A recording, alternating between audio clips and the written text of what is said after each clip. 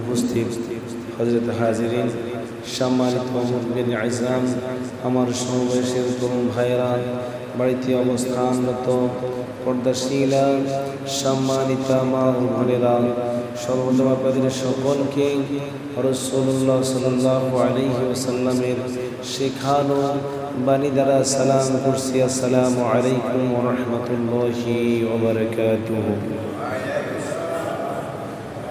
শুরুতে মহান রব্বুল আলামিনের আলী শান দরবারে কালিমাতুশ শুকরিয়া আদায় করব, যে রব্বুল আলামিন নবমণ্ডলের মালিক, যে রব্বুল আলামিন ভূমণ্ডলের মালিক, যিনি চিরস্থায়ী চিরঞ্জীব, যাকে তন্দ্রা নিদ্রা কখনো স্পর্শ করে না, যিনি আছেন, যিনি থাকবেন, যিনি কিয়ামত পর্যন্ত নয় আজীবন যিনি থাকবেন, সেই রব্বুল আলামিনের উপরে একবার কালিমাতুশ শুকরিয়া আদায় করব। আলহামদুলিল্লাহ। অসংখ্য অগণিত লক্ষ কোটি দুরূদ ও সালাম প্রেরণ করব সর্বকালের সর্বশ্রেষ্ঠ রাসূল, সর্বশ্রেষ্ঠ নবী, সকল নবীদের নবী, সকল নবীদের ইমাম, বিশ্ব নবী জনাব মুহাম্মদুর রাসূলুল্লাহ সাল্লাল্লাহু আলাইহি ওয়াসাল্লামের উপরে দরুদ ও সালাম সাল্লাল্লাহু আলাইহি ওয়াসাল্লাম। সম্মানিত মুসলিয়ান ইকরাম, আজকে আমি আপনাদের সামনে যে বিষয় কথা বলবো, শুরুতে আজকের আলোচনার বিষয়বস্তু বলে দিচ্ছি। আজকের আলোচনার বিষয় হচ্ছে ঈমানের গুরুত্ব ও তাৎপর্য নিয়ে আলোচনা করব ইনশাআল্লাহ। ঈমান কাকে বলে, ঈমানের আবিধানিক পারিভাষিক অর্থ কি, এই বিষয়গুলো নিয়ে আলোচনা করব। আল ঈমান, ঈমান শব্দের অর্থ হলো বিশ্বাস করা, আনুগত্য করা, স্বীকৃতি দেওয়া, নির্ভর করা, অবনত হওয়া। ইসলামের যাবতীয় ইবাদত, নেক আমলের বুনিয়াদ হচ্ছে ঈমান। সব কিছুর বুনিয়াদ হচ্ছে ঈমান। ইমাম গাযালী রাহিমাহুল্লাহ বলেন, নবী রাসূল সাল্লাল্লাহু আলাইহি ওয়াসাল্লাম যা কিছু নিয়ে এসেছেন সব কিছুর প্রতি বিশ্বাস স্থাপন করাকে ঈমান বলা হয়। তবে সহজ কথা হলো কালিমায়ে তাইয়্যিবা, কালিমায়ে শাহাদাতের মর্ম অন্তর দিয়ে মেনে নিয়ে মুখে উচ্চারণ করে কর্মে বাস্তবায়ন করাকে ঈমান বলা হয়। যেখানে আল্লাহ তাআলা কে একক সত্তা হিসাবে স্বীকৃতি দেওয়া, মেনে নেওয়া, নবী মুহাম্মদুর রাসূলুল্লাহ সাল্লাল্লাহু আলাইহি ওয়াসাল্লামকে আমাদের নবী হিসাবে মেনে নেওয়া কে বলা হয় ঈমান। এই কারণে ঈমানদার ছাড়া যেই যত বড়ই ভালো কাজ করুক না কেন, যতই কষ্ট স্বীকার করুক না কেন, আল্লাহর কাছে তার কোনো মূল্য নাই। আপনি যতই বড়ই ভালো কাজ করেন, যত বড় দানশীল হন, যত বড় নামাজি হন, যত বড় রোজাদার হন, যত বড় হাজী সাহেব হন, যদি আপনার ভিতরে ঈমান না থাকে, তাহলে আপনার কোনো কিছু আল্লাহর দরবারে গ্রহণযোগ্য হবে না। কথা বলেন। ঈমান হচ্ছে আমলের অ্যাকাউন্ট নাম্বার। একজন মুমিনের অ্যাকাউন্ট নাম্বার হলো ঈমান। আর ওই অ্যাকাউন্ট নাম্বার যদি আপনার না থাকে, ঈমানটা যদি না থাকে, তাহলে আপনি আমলটা রাখবেন কোথায়? আপনার ব্যাংকে অ্যাকাউন্ট নাম্বার যদি না থাকে, তাহলে আপনি টাকাটা রাখবেনটা কোথায়? আগে তো আপনার অ্যাকাউন্ট নাম্বার ঠিক করতে হবে, তারপরে আপনি যতই টাকা ইচ্ছা তত টাকা আপনি অ্যাকাউন্টে রেখে দেন, কোনো অসুবিধা নেই। প্রয়োজন মোতাবেক আবার টাকা আপনি উত্তোলন করতে পারেন, কোনো অসুবিধা নেই, কিন্তু আপনার অ্যাকাউন্ট নাম্বার নাই, আপনি টাকাটা তুলবেন কোত্থেকে? আপনার ইমানে নাই, আপনি আমলটা রাখবেন কোন জায়গায়? কথা বুঝেন নাই নাকি? তাহলে প্রিয় হাজিরিন, একটা বিল্ডিং তৈরি করতে হলে সর্বপ্রথম তার ফাউন্ডেশনটা মজবুত করতে হয়। ফাউন্ডেশন ছাড়া যদি আপনি বিল্ডিং করেন, 2 তলা 3 তলা কখনো করতে পারবেন না, যখন তখন হেলে পড়ে যাবে। কথা বলেন ঠিক কিনা? যদি 3 তলা 4 তলা 5 তলা 10 তলা বিল্ডিং করতে হয়, মাটির নিচে তত শক্ত করে ফাউন্ডেশনটা নিতে হয়। তারপরে মাটির নিচে যখন ফাউন্ডেশন মজবুত হবে, এবার আপনি উপরের দিকে যত তালা ইচ্ছা তত তালা করতে পারেন, কোনো অসুবিধা নেই, বিল্ডিং হেলে পড়ার সম্ভাবনা নেই। কিন্তু ফাউন্ডেশন ছাড়া করলে যখন তখন হেলে পড়বে। আপনি যতই বড় আমলদার হন, যত বড় নামাজি হন, যত বড় তাহাজ্জুদ গুজার হন, যত বড় নামশীল হন, ইমানের ফাউন্ডেশন যদি আপনার না থাকে, আপনার সমস্ত আমল বরবাদ, সমস্ত আমল শেষ, আপনার অ্যাকাউন্ট নাম্বারে কোনো আমল যোগ হবে না। ইমানটা এটি দেখা যায় না। ইমান এমন একটা জিনিস, এটা চোখে দেখা যায় না। আমরা বলেন তো দেখি, বাতাস দেখি? বাতাস কি আপনি কখনো দেখেছেন? বাতাস কখনো দেখেন নাই, কিন্তু বাতাস আছে, এটা অনুভব হচ্ছে শরীরে। কথা বলে ঠিক কিনা? হাত নাড়াচাড়া করলে বোঝা যায় বাতাস আছে, কিন্তু বাতাস সেটা দেখা যায় না। এখানে ফ্যান ঘুরতেছে, ফ্যান ঘোরার কারণে বাতাস হচ্ছে, কিন্তু এই যে বাতাস হচ্ছে, বাতাসটা দেখতে পাচ্ছি না, কিন্তু শরীরে সেটা অনুভব হচ্ছে, ফ্যানটা ঘুরতেছে, তার কারণে বাতাস হচ্ছে। এই বাতাসকে যেভাবে না দেখে আপনি বিশ্বাস করলেন এটা বাতাস, আল্লাহকেও না দেখে আপনাকে বিশ্বাস করতে হবে আল্লাহ আছে। আল্লাহর সৃষ্টি, আল্লাহর কুদরত, সপ্তম আসমান জমিন, গোটা পৃথিবী দেখে আপনাকে অনুভব করতে হবে কেউ না কেউ একজন এটা পরিচালনা করে। কথা বলেন ঠিক কিনা? প্রত্যেক দিন চন্দ্র পশ্চিম থেকে পূর্বে যায়, পূর্ব থেকে পশ্চিমে আসে, সূর্য পূর্ব থেকে পশ্চিমে যায়, আবার পূর্ব থেকে পশ্চিমে যায়। এটা নিশ্চয় যে কোনো না কেউ একজনের ইশারায় চলছে। কথা বলে ঠিক কিনা? আপনার ড্রাইভার ছাড়া কি কখনো গাড়ি চলে? একটা গাড়ি চলতে হলে ড্রাইভার লাগে, ড্রাইভার ছাড়া গাড়ি চলা অসম্ভব। তদ্রূপ ভাবে গোটা পৃথিবীতে আল্লাহ আছে, আল্লাহ গোটা পৃথিবী সৃষ্টি করেছে, আল্লাহ আপনাকে সৃষ্টি করছে, আমাকে সৃষ্টি করছে। এর প্রতি বিশ্বাস স্থাপন করার নামই হলো ঈমান। এর প্রতি বিশ্বাস স্থাপন করার নাম কি? ঈমান।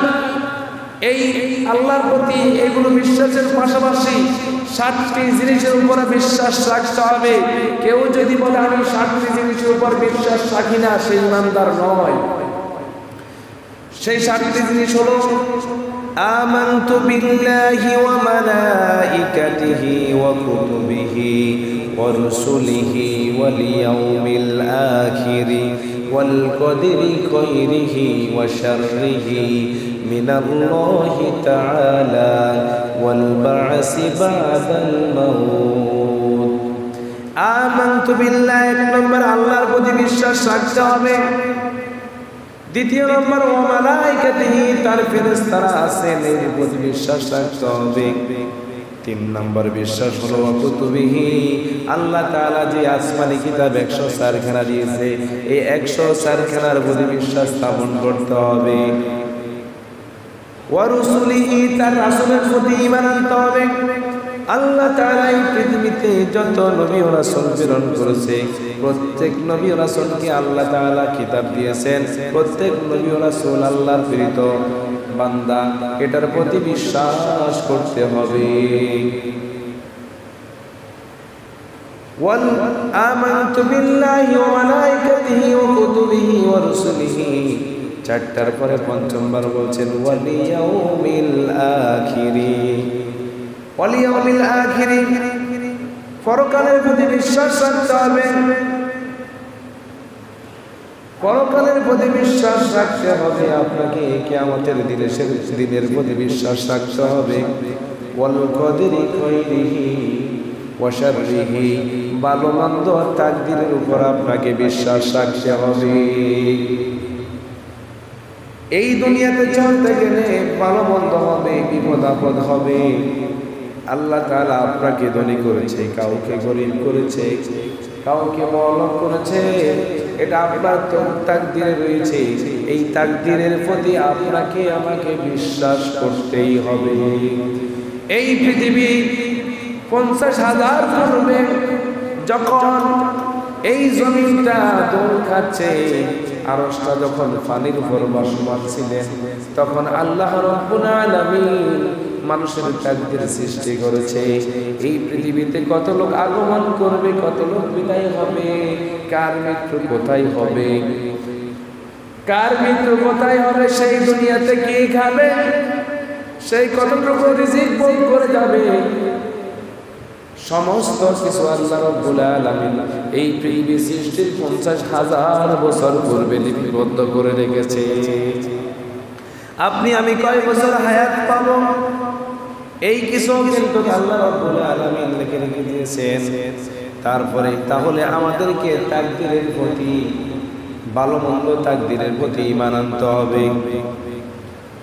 ওয়াল বাসি বাদাল মাউত, মৃত্যুর পর এমন একটা জীবন আছে, ওই জীবনের প্রতি আপনাকে বিশ্বাস রাখতে হবে। পরকালের প্রতি আপনাকে আমাকে বিশ্বাস রাখতে হবে।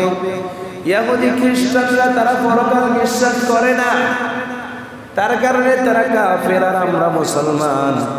যদি আপনি নিজেকে নিজে মুসলমান দাবি করেন, তাহলে বিশ্বাস করতে হবে এই দুনিয়ার পর আরেকটা জিন্দেগি, আরেকটা হায়াতের জিন্দেগি আছে। কথা বলে ঠিক কিনা? যেই জিন্দেগির শুরু আছে শেষ নাই, এই দুনিয়ার খরচ নাই, দুনিয়ার শুরু আছে শেষও আছে, কিন্তু পরকালে অনন্ত জীবন, যেই জীবনের শুরু আছে শেষ নাই, সেখানে কোনো মৃত্যু নাই।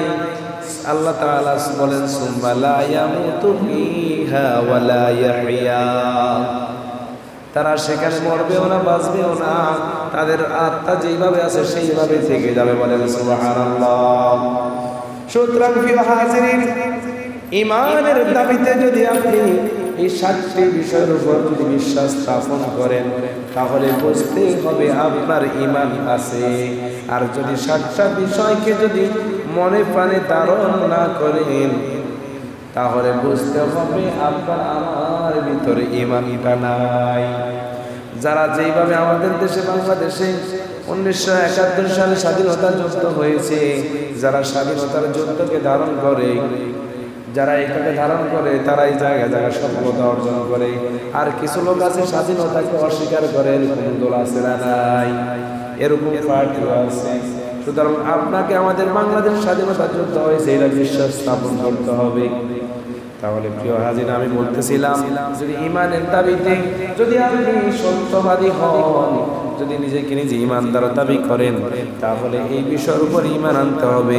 এজন্য আল্লাহ রাব্বুল আলামিন 2 নম্বরে সূরাতুল বাকারা 285 নম্বর আয়াত আল্লাহ রাব্বুল আলামিন বলছেন, আমানার রাসূলু বিমা উনজিলা ইলাইহি মির রাব্বিহি ওয়াল মুমিনুন কুল্লুন আমানা বিল্লাহি ওয়া মালাইকাতিহি ওয়া কুতুবিহি ওয়া রুসুলিহি লা নুফাররিকু বাইনা আহাদিম মির রুসুলিহি وقالوا سمعنا وأطعنا غفرانك ربنا وإليك المصير। রাসূল তার রবের পক্ষ থেকে তার উপর যে হেদায়েত নাযিল হয়েছে তার প্রতি ঈমান এনেছে। আর যেই লোক ওই রাসূলের প্রতি ঈমান এনেছে তারাও ওই হেদায়েতে মনে প্রাণে স্বীকার করে নিয়েছে। তারা সবাই আল্লাহকে, তার ফেরেশতাকে, তার কিতাব সমূহকে, তার রাসূলগণকে এবং মানে এবং তাদের বক্তব্য হচ্ছে আমরা আল্লাহর রাসূলের মধ্যে পার্থক্য করি না। আমরা নির্দেশ শুনেছি, আনুগত করেছি। হে প্রভু, আমরা আপনার কাছে গুনাহ মাফের জন্য প্রার্থনা করেছি। আমাদেরকে তোমার দিকে ফিরে যেতে হবে। আল্লাহ রাসূল সাল্লাল্লাহু আলাইহি ওয়াসাল্লাম বলেছেন, আল্লাহ তাআলার পক্ষ থেকে যা আমার উপর নাযিল হয়েছে এটি আল্লাহর কথা, এটি আমি বিশ্বাস করেছি। এটি কোনো ফেরেশতার কথা নয়, এটি আল্লাহর কথা। আর যেই সব রাসূলের উপর যেই কিতাব নাযিল হয়েছে, আল কোরআন নাযিল হয়েছে, রাসূলকে যারা বিশ্বাস করবে, রাসূলের প্রতি যারা বিশ্বাস করবে, বলবে রাসূলের উপর আসমানি কিতাব এসেছে, বিশ্ব নবী আখির জামানার পয়গম্বর, এই বিষয় মনে প্রাণে যারা ধারণ করবে, মনে প্রাণে স্বীকার করবে, আল্লাহ আছেন, ফেরেশতারা আছেন, কিতাব দিয়েছেন, রাসূল আছেন, এই বিষয় যদি কোনো মানুষ যদি স্বীকারোক্তি দেয় আমি এইগুলো বিশ্বাস করি, তখন তারা বলে এইগুলোর উপর আমরা কোনো মত পার্থক্য করি না, যেহেতু এটি ইসলামের মৌলিক বিষয়, এই বিষয় আল্লাহর পক্ষ থেকে যেহেতু এসেছে এইগুলোকে আমরা মনে মনে স্বীকার করলাম। আর আমরা আমাদের বাস্তব জীবনে পরবর্তী জিন্দেগিতে যত গুনাহ করেছি এই গুনার জন্য আল্লাহর কাছে ক্ষমা চাবো। আল্লাহ তাআলার যেই বিধান আল কোরআন দিয়েছে, ওয়াকালু সামি'না, তারা বলবেন আমরা যা শুনেছি, ওয়া আতা'না, আমরা তা আনুগত্য করেছি, মেনে নিয়েছি। তারা যা শুনবে তাই মানবে, তারাই হচ্ছে ঈমানের দাবিদি, সত্যবাদী। বলেন সুবহানাল্লাহ। তারা বলবেন রব্বানা ওয়া ইলাইকাল মাসির, আর আমাদেরকে আল্লাহর নিকট ফিরে যেতে হবে। আমরা একদিন আল্লাহর কাছে ফিরে যেতে হবে, কি হবে না? আল্লাহর কাছে ফিরে যেতে হবে, কি হবে না? এই দুনিয়ার জগতের হায়াতের জিন্দেগি শেষ হবে, কি হবে না? শেষ হবে। পরকালে যেহেতু আপনাকে যেতে হবে, সেহেতু এই বিষয়ের উপর আপনাকে ঈমান আনতে হবে। এই জন্য আল্লাহ বলছেন তারাই সফল কাম হবে। কারাই সফল কাম হবে? 2 নম্বর সূরা বাকারা 3 নম্বর থেকে 5 নম্বর আয়াতে আল্লাহ তাআলা সফল কাম মুমিনদের কথা বলছেন। আল্লাহ পাক বলছেন الذين يؤمنون بالغيب ويقيمون الصلاة ومما رزقناهم ينفقون الذين يؤمنون যারা ঈমান আনবে بالغيب অদৃশ্যের প্রতি যারা ঈমান আনবে, যারা না দেখে বিশ্বাস করবে, যারা না দেখে আল্লাহকে বিশ্বাস করবে, ওয়ায়ুকিমুনাস সালাহ, যারা সালাত কায়েম করবে, ওয়া মিম্মা রাযাকনাহুম ইউনফিকুন, তাদেরকে যেই সম্পদ দান করেছি, যেই রিজিক দান করেছি, যেই টাকা পয়সা দান করেছি, সেই টাকা পয়সা, সেই রিজিক থেকে, সেই সম্পদ থেকে তারা আল্লাহর পথে ব্যয় করবে। এটাই হচ্ছে ঈমানদারের দাবি। একজন ঈমানদার সেই ঈমানদার দাবি করলে তাকে অনিশ্চয় যদি বিশ্বাস করতে হবে, সালাত কায়েম করতে হবে, আল্লাহ তাআলা তাকে যেই সম্পদ দিয়েছে ওই সম্পদ থেকে আল্লাহর রাস্তা দান করতে হবে, তখন ওই ব্যক্তি হবে ঈমানদার। বলেন সুবহানাল্লাহ। والذين يؤمنون بما أنزل إليك وما أنزل من قبلك وبالآخرة هم يوقنون والذين يؤمنون যারা ঈমান আনে বিমা উনজিলা ইলাইকা, তার প্রতি যাই কিছু নাযিল হয়েছে, তার মানে ইলাইকা মানে রাসূল সাল্লাল্লাহু আলাইহি ওয়াসাল্লামকে বোঝাচ্ছেন। যারা রাসূল সাল্লাল্লাহু আলাইহি ওয়াসাল্লামের উপর কোরআনের যেই বিধিবিধান নাযিল হয়েছে এই বিধিবিধানের উপর যারা বিশ্বাস করবে, যারা এই বিধিবিধানের প্রতি বিশ্বাস করবে এবং বিশ্বাস করবে ওয়ামা উনজিলা মিন ক্বাবলিক, ইতিপূর্বে যেই সব নবী ও রাসূল আগমন করেছে ওই নবী রাসূলের উপর যেই কিতাবগুলো নাযিল হয়েছে ওই কিতাবের উপর যারা বিশ্বাস করবে ওয়া বিল আখিরাতি হুম ইউকিনুন এবং পরকালের প্রতি দৃঢ় বিশ্বাস রাখবে। পরকাল একটা আছে, এই পরকালের প্রতি যারা একবারে কঠিনভাবে বিশ্বাস করবে তারাই হচ্ছে সফল কাম মুমিন। বলেন সুবহানাল্লাহ।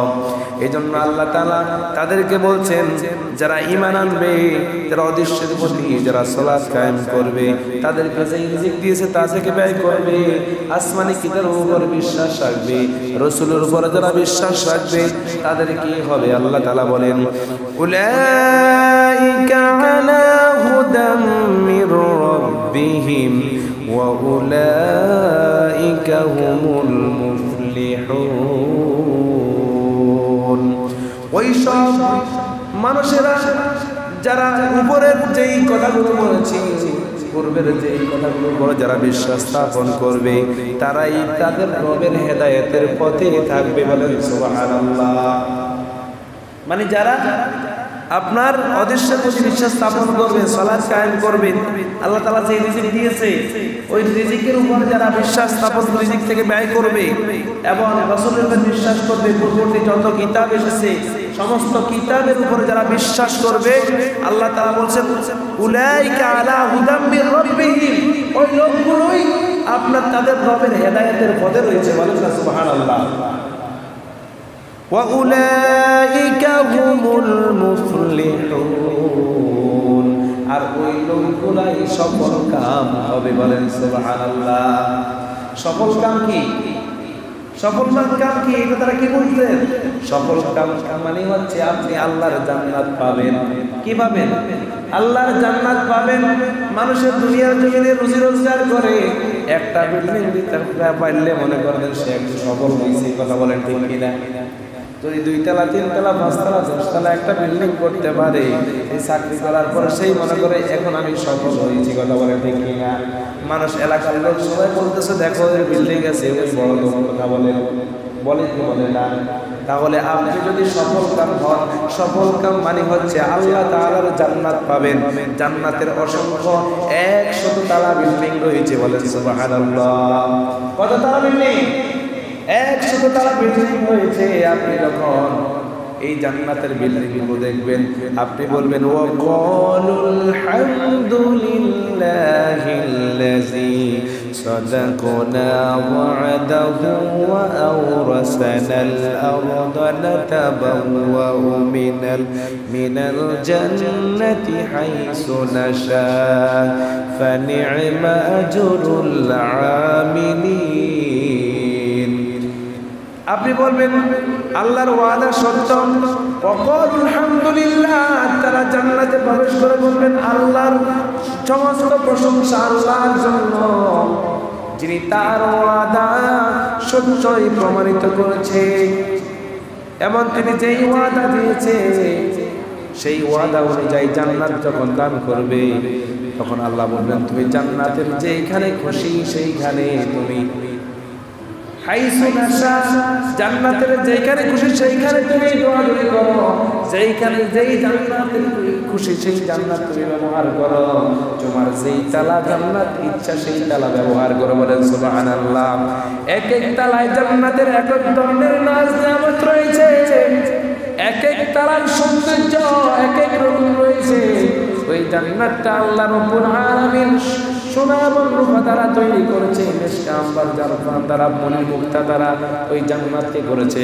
জান্নাতের একটা ইট হলো স্বর্ণের, আর একটা ইট হলো রূপার। বলেন সুবহানাল্লাহ। আমাদের দুনিয়ার জীবনে আপনার একতলা একটা বিল্ডিং করতে গেলে কত ইটের প্রয়োজন হয়, আর আল্লাহ তাআলা জান্নাতের ইট রেখেছেন স্বর্ণ এবং রূপা দ্বারা। বলেন সুবহানাল্লাহ। তাহলে যারা এই জান্নাত পাবে, যারা আল্লাহ তাআলার এই কথার উপর বিশ্বাস করবে, আল্লাহ তাআলার কথাগুলো মানবে, আল্লাহ রাব্বুল আলামিন বলেন ওই লোকগুলো সফল কাম হবে। বলেন সুবহানাল্লাহ। এজন্য আল্লাহ রাব্বুল আলামিন বলেন ইন্নাল্লাযীনা আমানু ওয়া আমিলুস সলিহাত জান্নাতি কানাত লাহুম জান্নাতুল ফিরদাউসি নুজুলা খালিদিনা ফিহা লা ইয়াবগুনা আনহা হিওয়ালা।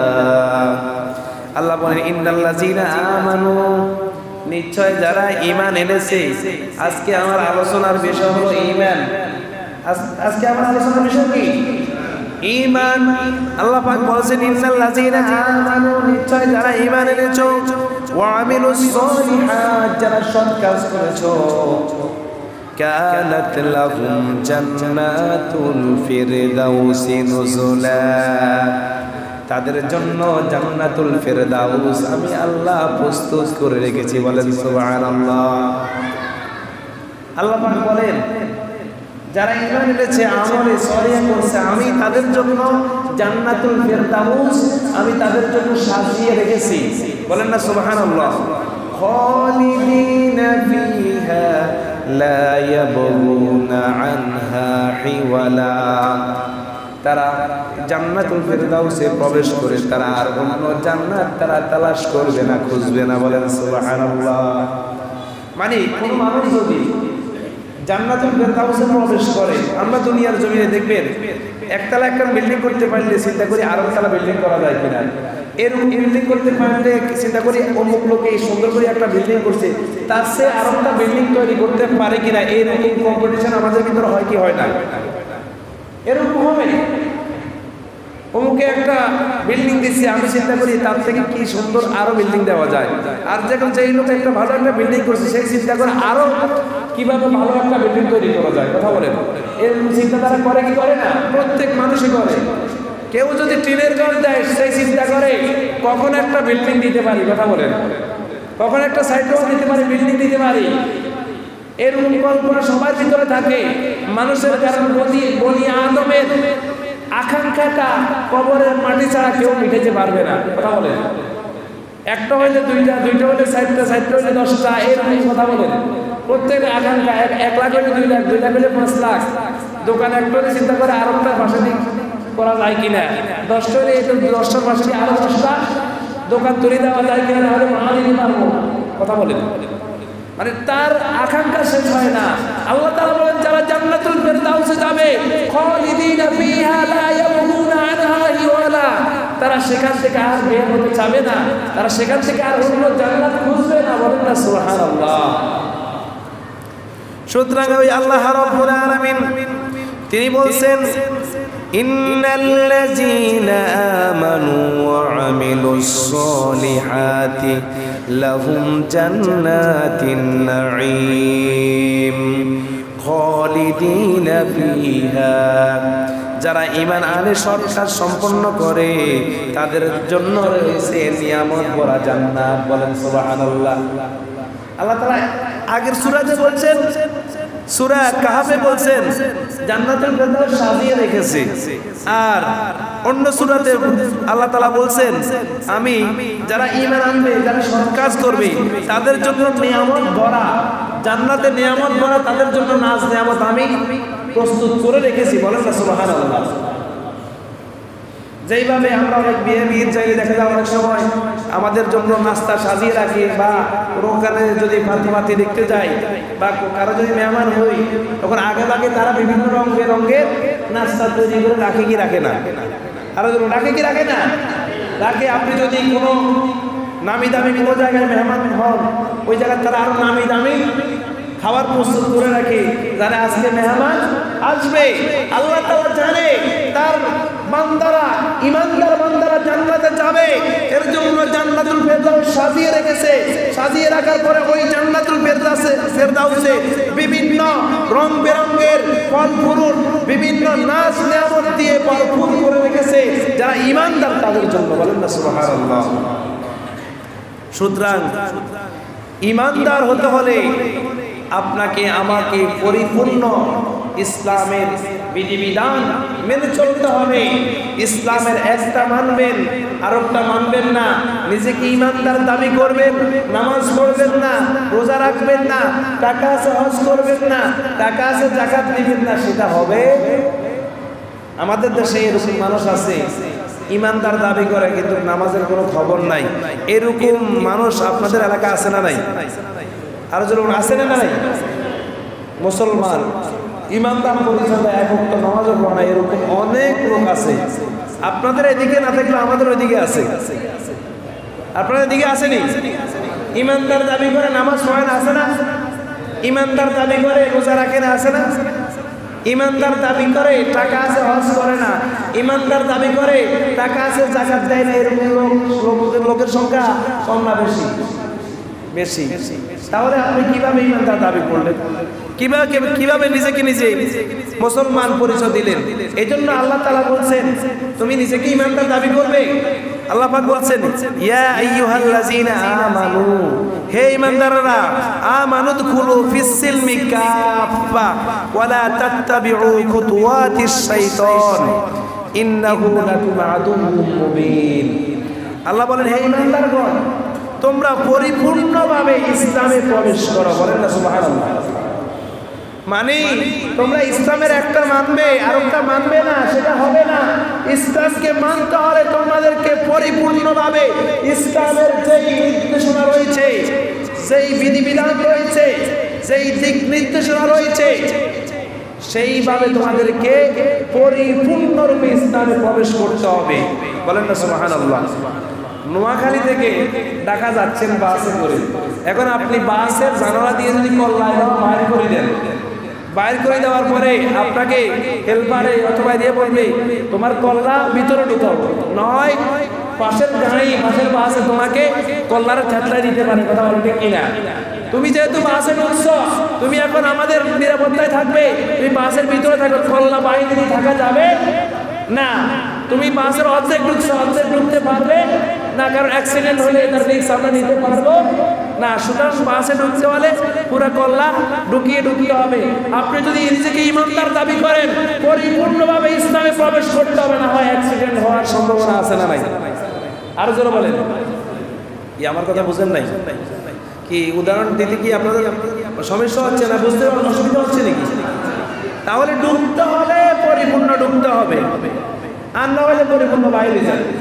হয় পরিপূর্ণ ঢুকেন, না হয় বাইরে যান। এরপরে কথা হচ্ছে ঢুকলে পুরা ঢুকেন, না হলে আপনি বাইরে যান। আল্লাহ বলছেন ইসলামে ঢুকলে পুরাই ঢুকতে হবে, পরিপূর্ণরূপে ঢুকতে হবে, অর্ধেক ঢুকার প্রয়োজন নাই। তোমার এই অর্ধেক ঢুকা দিয়ে কাজ নাই। নামাজ এক করতে পড়বে, এক করতে পড়বে না, রোজা একটা রাখবে না, হজ করবে না, তাহলে দরকার নাই তোমার ইমানদার হওয়া।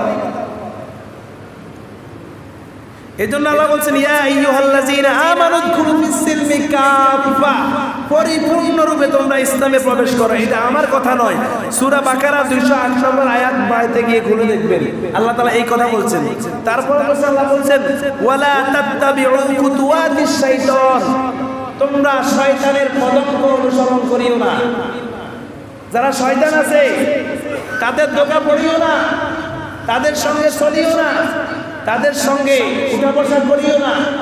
আমাদের পাশে দেখবেন কিছু লোক দোকানে বসে থাকে, নামাজ পড়ে না, কিছু লোককে টানি ধরে যায়। কথা বলে এরকম লোক আছে না নাই?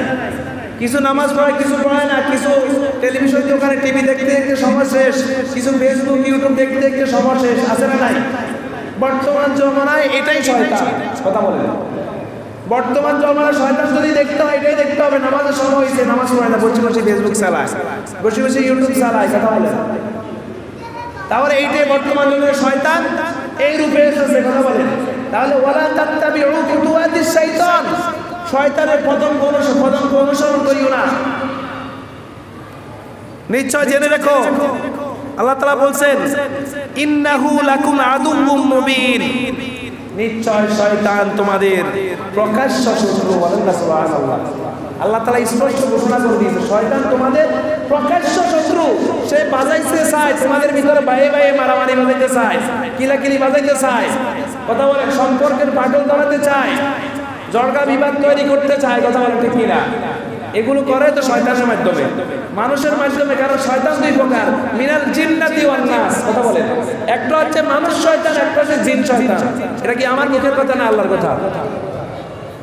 কোরআন শরীফের একবারে শেষ সূরা এবং শেষ আয়াত, কথা বলেন, শেষ সূরা শেষ আয়াত মিনাল জিন্নাতি ওয়ান নাস, কথা বলেন।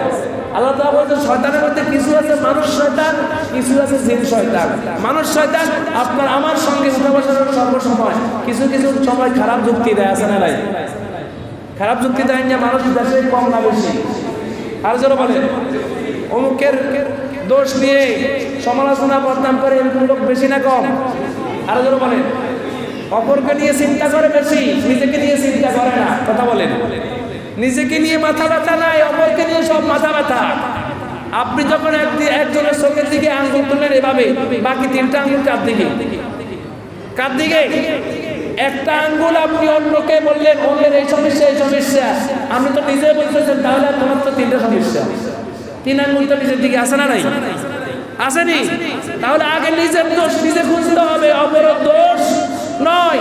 নিজেকে নিজে পরিবর্তন হতে হবে, অন্যকে তারপর নিজে পরিবর্তন হয়ে অন্যকে বলবেন। এই জন্য আল্লাহ বলছেন আতা'মুরুনা আন-নাসা বিল বিররি ওয়া তানসাউনা আনফুসাকুম ওয়া আনতুম তাতলুনাল কিতাবা ফালা তা'কিলুন।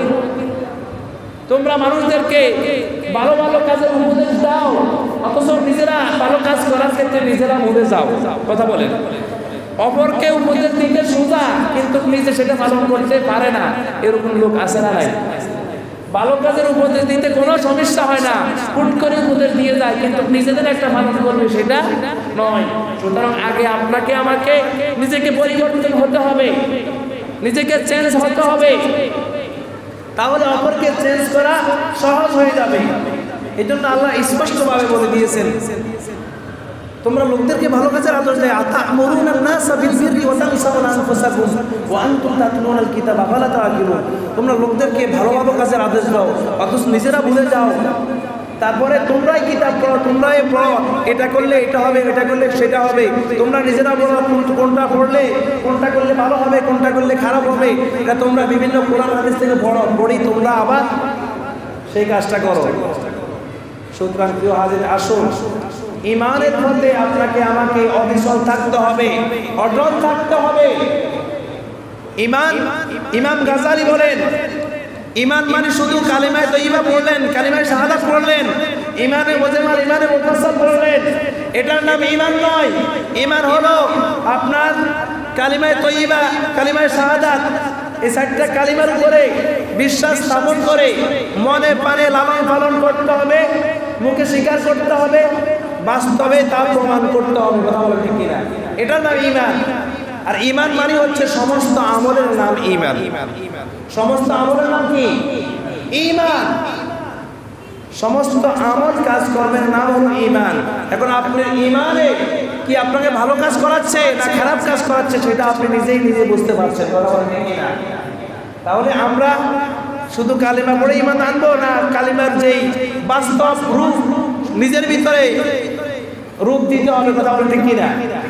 তাহলে ইমানের দাবি হলো 5 ওয়াক্ত নামাজ পড়া। কি আমার সঙ্গে বলেন? ইমানের দাবি 5 ওয়াক্ত নামাজ পড়া, রমজান মাসে রোজা রাখা, টাকা থাকলে হজ করা, টাকা থাকলে যাকাত দেওয়া। আর ইমানের দাবি হলো আল্লাহর বিধিবিধান মেনে চলা, আল কোরআন মেনে চলা। কেউ যদি বলে আমি ঈমান আনছি আল কোরআন মানি না, বলেন তো আপনারা হুকুমা দেন। কেউ যদি বলে আমরা ঈমান আনছি তবে কোরআন মানি না, সে কি ঈমানদার না বেঈমান? আরো যারা বলেন ঈমানদার না বেঈমান? তাহলে এটা তো আপনারা নিজেরাই বললেন। ঈমান আনছেন তাহলে কোরআন মানেন না, ঈমান আনছেন নামাজ পড়েন নাই, রোজা রাখেন নাই, হজ করেন নাই, তাহলে বুঝতে হবে আপনারাও বেঈমানের কাতারে থাকবে যারা নামাজ রোজা হজ যাকাত করবে না। আসুন ঈমানকে মজবুত করতে হবে। ঈমানের দাবিতে যদি আপনি নিজেকে দাবি করেন, আল্লাহ পাক বলেন লোকেদের মধ্যে কিছু লোক ঈমানদার দাবি করে অথচ তারা কিন্তু ঈমানদার নয়। সুতরাং আমাদেরকে ঈমানদার বাস্তবে তা প্রমাণ করতে হবে, কাজ করবে বিভিন্ন আমলের মাধ্যমে আমাদেরকে প্রমাণ করতে হবে ঈমানদার। আপনাকে ঈমানদার বলার জন্য কেন বলবে? আপনার কাজে কাজে বলতে হবে ওই লোকটা ঈমানদার। যে লোকটা 5 ওয়াক্ত নামাজ পড়ে, রোজা রাখে, হজ করে, যাকাত দেয়, 2 নম্বরই করে না, বাটপারি করে না, মানুষের সাথে সিটিংবাজি করে না, মানুষ বলে লোকটার ভিতরে ঈমান আছে, বলে কি বলে না?